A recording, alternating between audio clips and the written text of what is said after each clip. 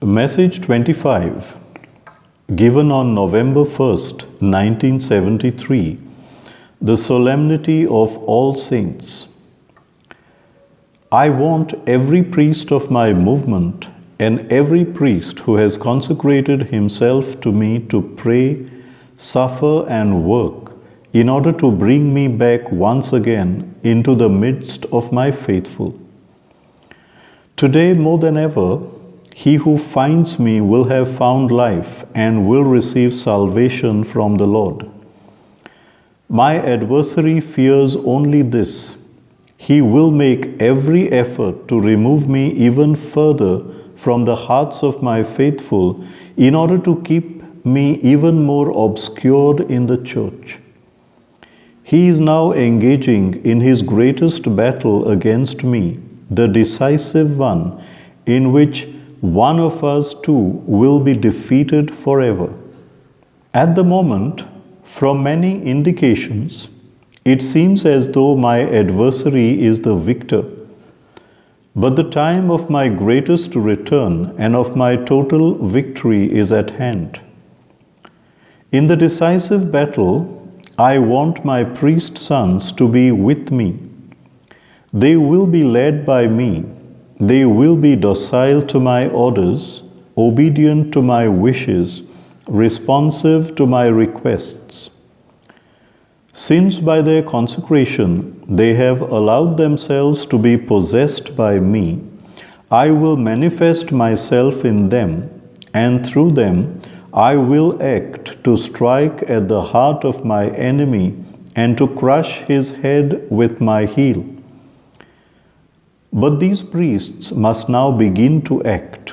Through them, I want to return to the midst of my faithful, because it is with them, gathered about my priests, that I want to form my invincible cohort. Of the faithful who are supporters of my movement, I ask that they consecrate themselves in a special way to my Immaculate Heart, without being concerned for external or juridical bonds, but only for giving themselves completely to me, so that I may dispose freely of their whole being and arrange their whole life according to my plans. They must let themselves be led by me like little children. They must begin again to pray more, to love Jesus more, to adore Him more in the mystery of the Eucharist, so that He becomes the sun which illuminates their whole life. What joy and what a gift of love will Jesus in the Eucharist communicate to these faithful who are consecrated to me.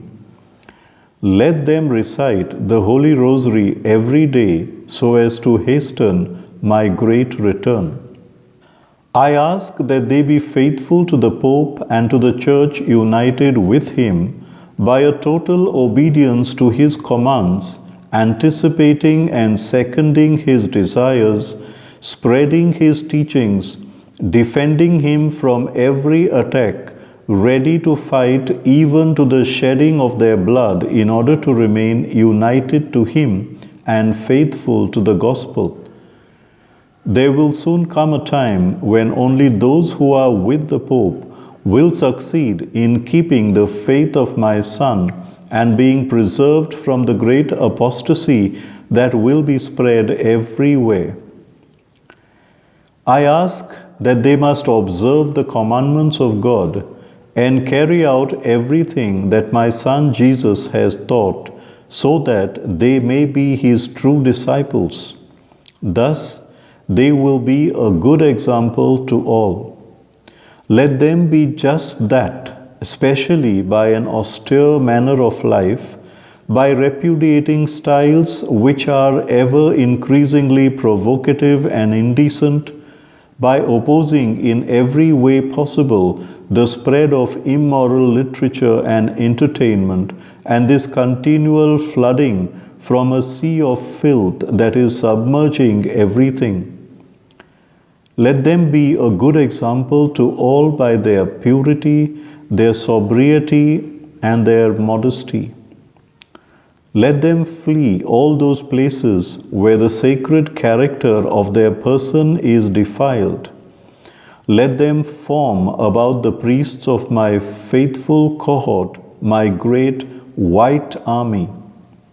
Through them my light will once again shine in the midst of the great darkness, and my immaculate whiteness in the midst of so much corruption of death.